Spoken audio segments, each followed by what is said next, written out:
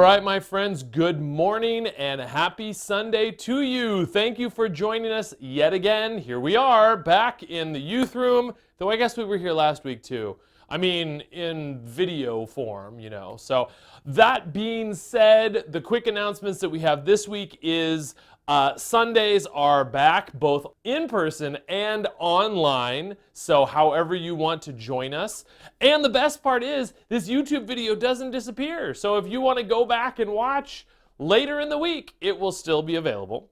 Second thing is this Wednesday is Ash Wednesday. If you don't know what Ash Wednesday is, it's the beginning of Lent. And if you don't know what Lent is the 40 days in preparation for Easter Sunday.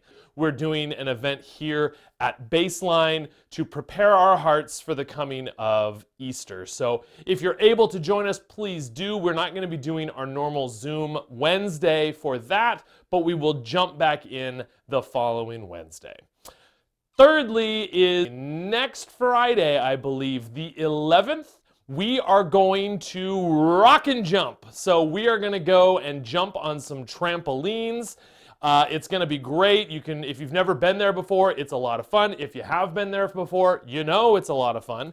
This is a great opportunity to invite some friends so that they can hang out and see like, hey, this is an interesting, fun place to be. And who knows, maybe they want to join us some more after that. So that's coming up on the 11th. Circle that on your calendars. But in the meantime, my friends, let's go off and play a game this way. Okay, well, today, my friends, we are going to do ourselves a round of popular streaming service and chill. So if you're unaware, this is Netflix and chill, which is like a thing that people do nowadays. Why they called it popular streaming, like they couldn't get the rights, I don't know. But nonetheless, that's what we're going to do. So we'll see how well you know your popular streaming services, my friends. What year was Netflix founded? 1990, 1994, 1997, or 2001? All before you guys were born. But what would you say? The obvious choice would be a little bit later. I'm going to go with C, but the answer is C! I honestly didn't know the answer to that. I'm just that smart. So anyway. True or false, Netflix began as a company that sold VHS tapes in the mail. Well, 1997. No, that can't be true. The VHS in 97? I don't think so.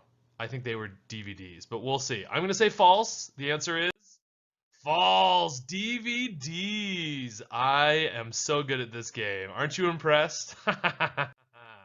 How many adults have a Netflix subscription? Oh, now, U.S. adults, U.S., so not worldwide. 45, 90, 60, or 120 million. Why these are out of order numerically, I will never know. I didn't make this slideshow. I'm going to go with B. Let's see, the answer is C, only 60. Wow, I wonder if this has changed. I mean, I don't know how old this is, but I don't think it's that old. But anyway, true or false? Reed and Mark, the two founders of Netflix, are twins. I don't know. I mean, false? Maybe? False. Okay. Okay, if you say so. The current Netflix N logo consists of one shade of red or more than one shade of red. The current N. The current N. The current N feels like there's like 3, right? I'm going to go with B. Yeah! I got that one. What was Netflix originally called? Fibble, Kibble, or Mibble? Fibble? Maybe? Kibble. Well, I'm glad they changed it because that's just a horrible, horrible name. What percentage of global streaming traffic does Netflix take up? Now, this one I can almost guarantee has changed because this, I think, came out before Disney Plus. So either way, 36%, 4%, 26, or 11%. I'm going to go with the highest one. I think it's A. That's what I think myself. The answer? C, 26. So it's probably even lower than that now. Global streaming traffic. What else is people global streaming? I don't know. 26. I mean, that's still a quarter. That's still a lot, right? But anyway. How many people still subscribe to Netflix DVD service? They still have that? 2.7 million, 8.7 million, 6.7 million, 4.7 million. Like, I can't believe it's in the millions. So A, the lowest one, 2.7? 2.7. That's still crazy. 2.7 million people get DVDs through the mail. So good for them, I guess. Netflix is a combined library of over 75,000, 35,000, 50,000, or 25,000 titles.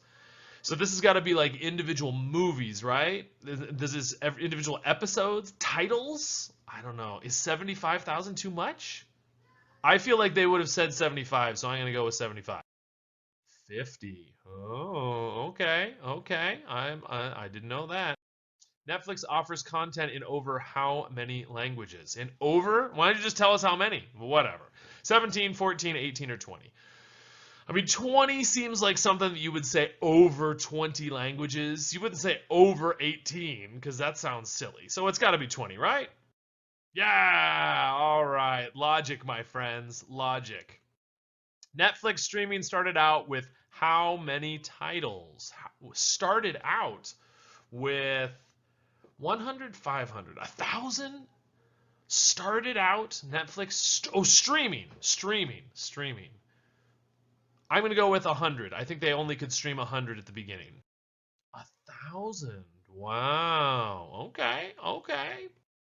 What percentage of Netflix users stream on a daily basis? Wow. 1, 33, 13, 23, or 43%. Daily basis? Is this worldwide? It doesn't say. I'm gonna go with A, 33. Ooh, 23% use it on a daily basis. Interesting. Is that like never miss a day or just almost every day? I don't know. All right, couple more. Netflix users spend around how many hours per week streaming content? 2 billion, 5 billion, 4. See, I don't even know what this number means. How many hours per week spend around average? 1 billion? 1 billion. Okay, that's more than I can comprehend anyway. So, anyway. All right, last one. Netflix is the blank largest internet company. 7th, 17th, 10th, or 12th? Well, I know Amazon. Is Apple an internet company? I don't know. I'm gonna go 7th. I think they're pretty darn big. A, 7th? 10th. Still pretty big. Well done, Netflix. Now you know, my friends, we have been Netflixing and chilling, or popular streaming service and chilling. All right, so I got a question for you. Have you ever been in a completely dark room, like completely dark? I mean, I kind of feel like it's hard to be in a completely dark room because even just the little bit of light ends up making a big deal. Like, remember when we played sardines? Even just the little light that comes from like the microwave clock or that comes from the exit sign at church, something like that generates a lot of light. So like if we thought about in here, I don't even know if I can do in here. Let's see if I can turn off. So I don't know if it's completely dark. I mean, on a video anyway, it's kind of weird to do something like that. But you know that like just a little bit of light makes a big difference, right? I mean, the Bible uses dark and light a lot, especially about evil and good or sin and God's way. Turning on and off a light definitely does make a big difference, right? Okay, no brainer. Didn't really need to turn off all the lights, I don't think, to convince you of that. But as we've been talking about the Sermon on the Mount, this next part is where Jesus is going to start talking about that. He's talking about salt and light. Last week, if you were with us, you remember that we were talking about having a different point of view, starting off with the Beatitudes, and that yes, there's different takes on it, but we're thinking about it like reframing what it is that we consider blessed or fortunate or successful. And it's really interesting that the very next line, after Jesus does this kind of reshaping, reframing of who people think of as blessed, Then he starts talking about this light and salt thing. We're in Matthew chapter 5, and it starts in verse 13 like this. You are the salt of the earth, but if the salt loses its saltiness, how can it be made salty again? It is no longer good for anything except to be thrown out and trampled underfoot. You are the light of the world. A town built on a hill cannot be hidden. Neither do people light a lamp and put it under a bowl. Instead, they put it on a stand, and it gives light to everyone in the house. In the same way, let your light shine before others, that they may see your good deeds and glorify your Father in heaven.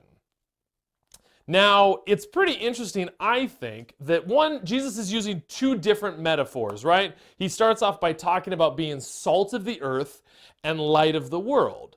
But if you notice, he doesn't talk about what it means to be salt or even what it means to be light. A little bit there at the end, right? Let your light shine before men and stuff like that. But salt, many people disagree on exactly what Jesus was trying to say with salt because his emphasis isn't on what salt does, right? He's emphasizing when salt loses its saltiness or when light is misused, the things that they're not supposed to do.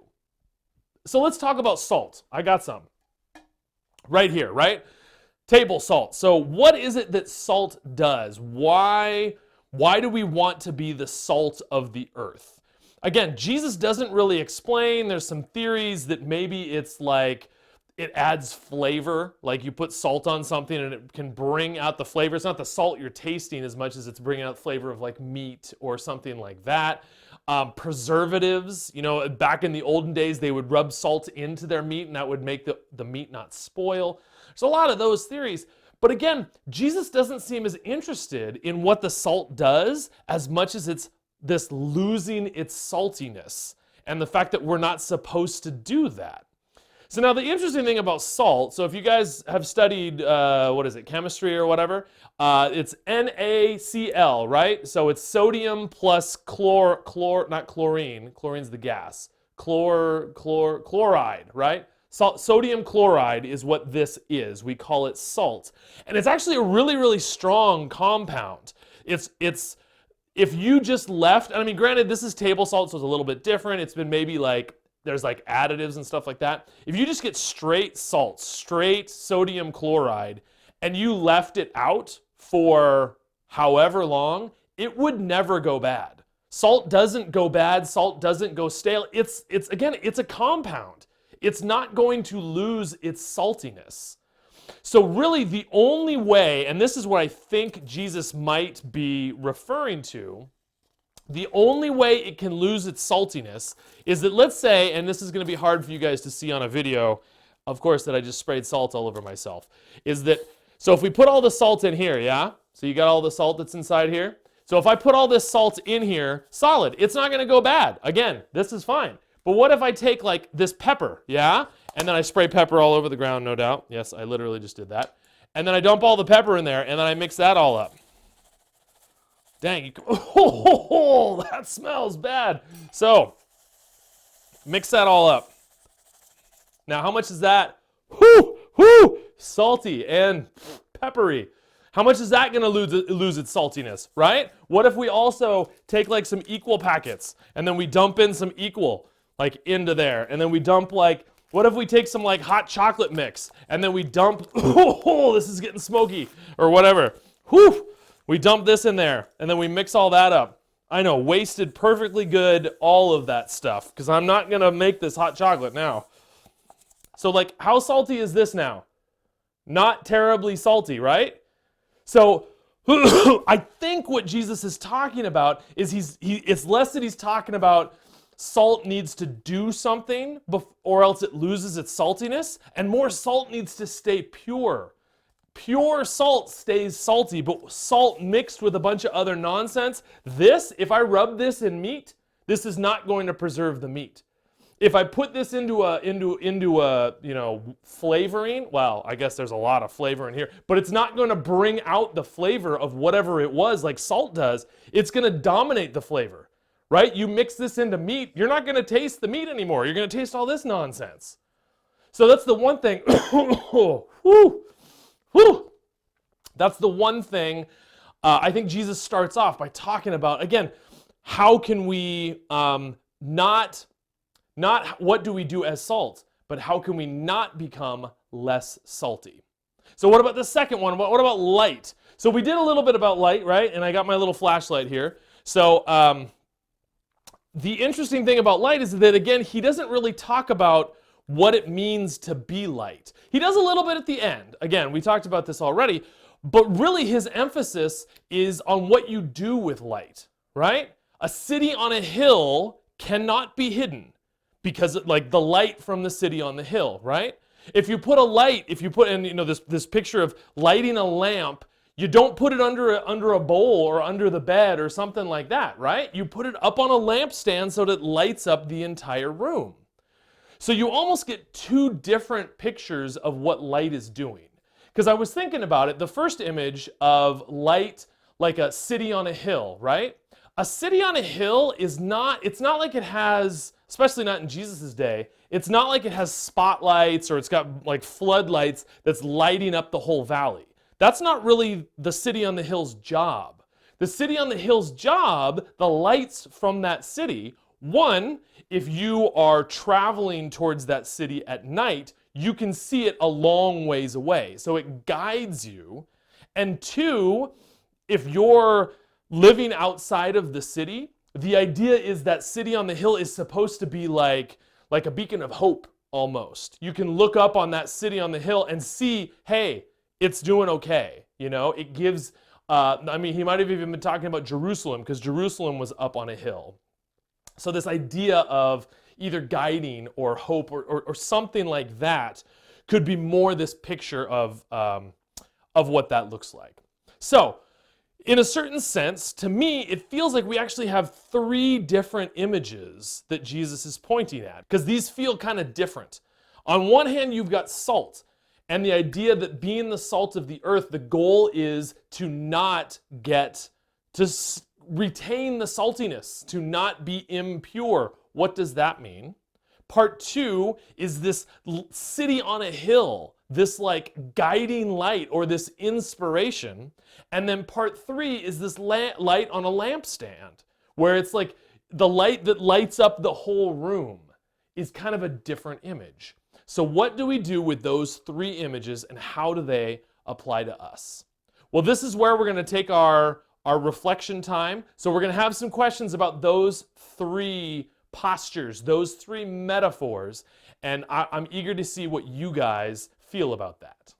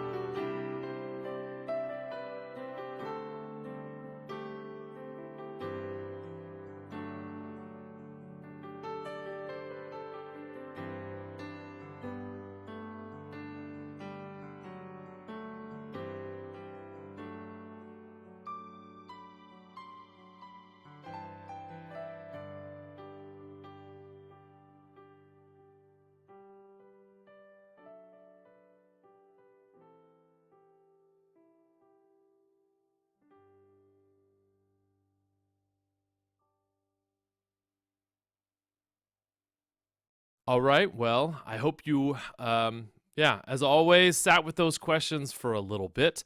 And before we move on, let's sit now in a posture of worship.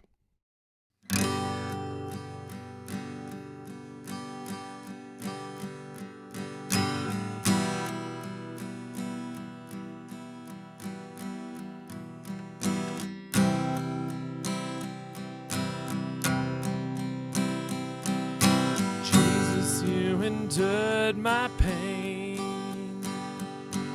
Savior, you bore all my shame, all because of your love. Lord, you gave your life for me, so I will live my life for you, all because of your love. All because of your love. Because of your cross, my debt is paid. Because of your blood, my sins are washed away. Now all of my life I freely give. Because of your love, because of your love I live.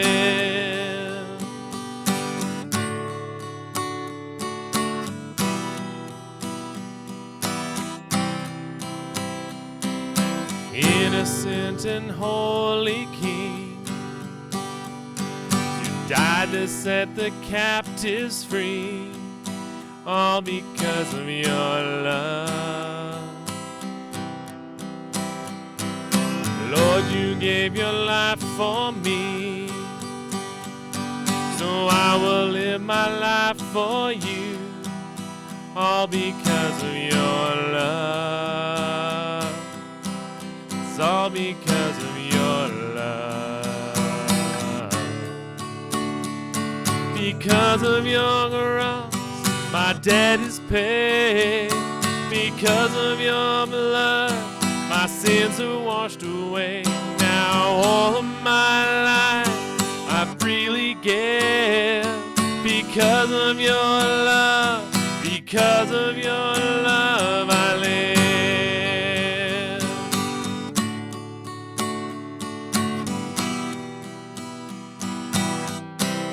You did it for me, you did it for love. It's your victory, Jesus, you are enough. You did it for me, you did it for love. It's your victory, Jesus, you are enough. You did it for me, you did it for love. It's your victory, Jesus, you are enough.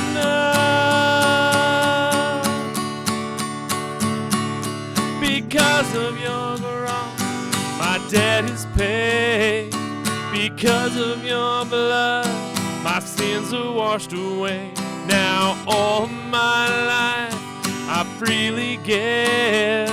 Because of your love, because of your love, because of your cross, my debt is paid. Because of your blood, my sins are washed away. Now all of my life I freely give. Because of your love, because of your love I live. Because of your love, because of your love I live.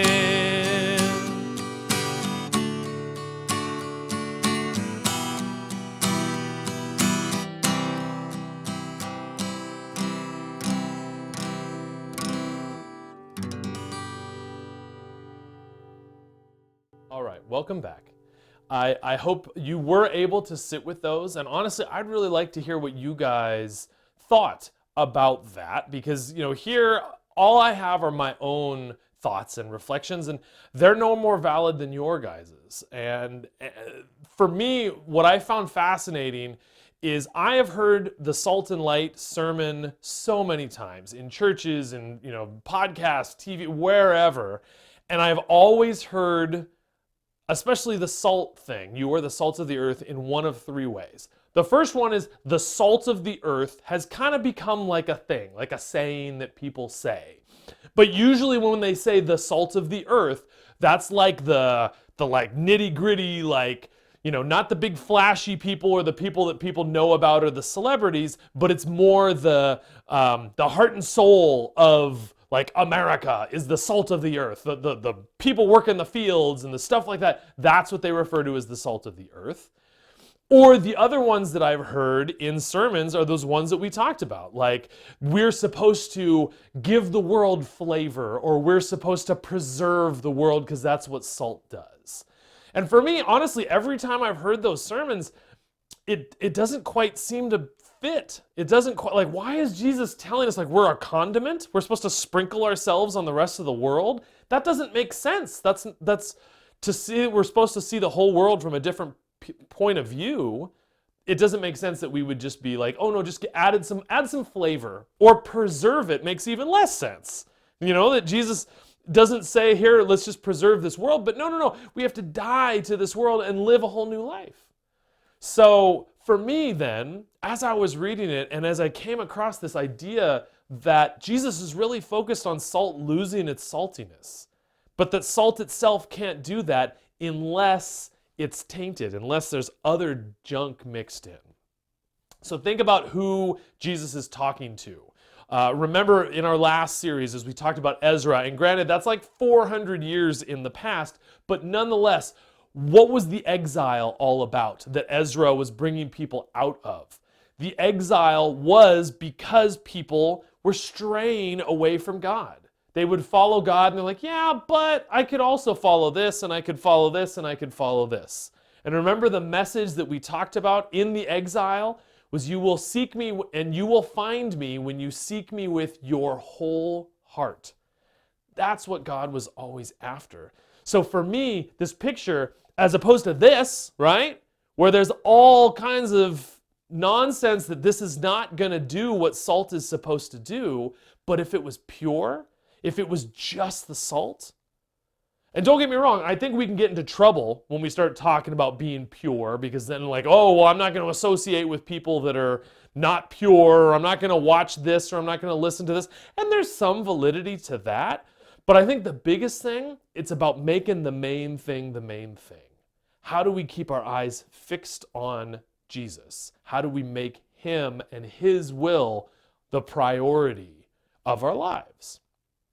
Because that's what I find fascinating, is that then part 2 of you are the light of the world. And even notice that Jesus uses 2 different words, right? He doesn't say you are salt of the world and light of the world, or he says salt of the earth and light of the world. 2 different words that he uses to describe these 2 different things. And what does a light of the world do? The city on the hill, is that inspiration, is that guiding light that they point to, and the light that lights up the darkness. The Bible talks about that a whole lot, John describes Jesus as that light that comes in to bring light into the darkness. And I think you guys know, I hope you guys know, man, our world has a lot of darkness right now. I mean, there's literally a war going on right now in Russia and Ukraine, and people huddled in subways, fearing for their lives, and you know, buildings being bombed, and all this sort of stuff, and that we're supposed to be a light in all of that. So what does that look like to be that light? And Jesus talks about, right, about let your light shine, that your good deeds should shine among men. It makes me think about this last weekend. So remember, I was at winter camp with the high schoolers. And those of you that were at winter camp, maybe you remember the cabin. I don't know if anybody noticed this, but there was this like kitchen counter where we did a lot of the prep for like food and stuff like that. And on one side is the kitchen, and then you got like the shelves or cupboards with all the pots and the pans and stuff like that. And then on the other side was like the bar where there's like a stools and stuff. And then under there was this little door that didn't seem to serve much purpose. I mean, I guess maybe it was intentional, but it was just the backside of those cupboards. So it was and it was hidden down there, so I don't even know if you guys saw it. So anyway, on Sunday, this past Sunday, we're cleaning up and I look over there and that door is broken in half. And I'm like, what in the world? So I asked one of the students, he said like, oh yeah, I was curious what was in there, so I pulled on it and it just kind of fell apart. So I'm thinking, based on that and the situation, and I believe him and all, I have a feeling that there are two likely options. Like, is there a likely option that he was like, and he was like the Hulk and he ripped this wooden thing in half? Unlikely. Could he have broken it and not told me? I mean, possible. I don't think so. I think he was telling the truth. So I think far more likely is either A, it was already cracked and that a little bit of a tug just made it go the last little bit, or B, probably more likely, another renter broke that and then put it back up just so that nobody would notice. So I'm thinking about that and I'm like, you know what, I'm gonna reach out to because now we could do the same thing, right? We could put it right back up there and nobody may ever notice. But I'm like, well, that doesn't feel very, Jesus-like. So I texted the owners and I said like, hey, I noticed this thing broke. I think it was one of the previous tenants, but hey, we're happy to pay for it if you'd like. Because I'm thinking, if somebody broke this and they didn't tell them, there's no way they're telling them now. So they're just gonna get stuck paying for it. So I'm like, hey, you know what? Let's be the good Christians, we'll pay for it. And they respond back with like, no, we were just up there and there was nothing broken. Like the only explanation is you guys must have broken that. And so I was stuck with this like, oh, but we didn't break it. And I mean, we wanted to pay for it either way, but we didn't want to pay for it because we had to. We wanted to pay for it because we didn't have to. And that I really wanted them to know that, no, this is an act of charity. This is an act of like Christian goodness that I'm letting my light shine, right? And it's that interesting thing about what Jesus says. I think that happens a lot. There's a lot of times where I feel like if I'm gonna do something good, maybe nobody will notice. I go and I pick up some trash on the side of the road. No one's gonna know that I did that. No one's gonna give glory to God because of that. So is that letting my light shine? Don't I need credit so I can give credit to Jesus? And I feel like that's part of one of the things I think is so hard about following Jesus is that. I mean, sometimes it is honestly hard to do good things. It is hard to follow Jesus because bad things or whatever things are pulling us away. But there's other times where it's no one's gonna know, no one's gonna care, so why should I care?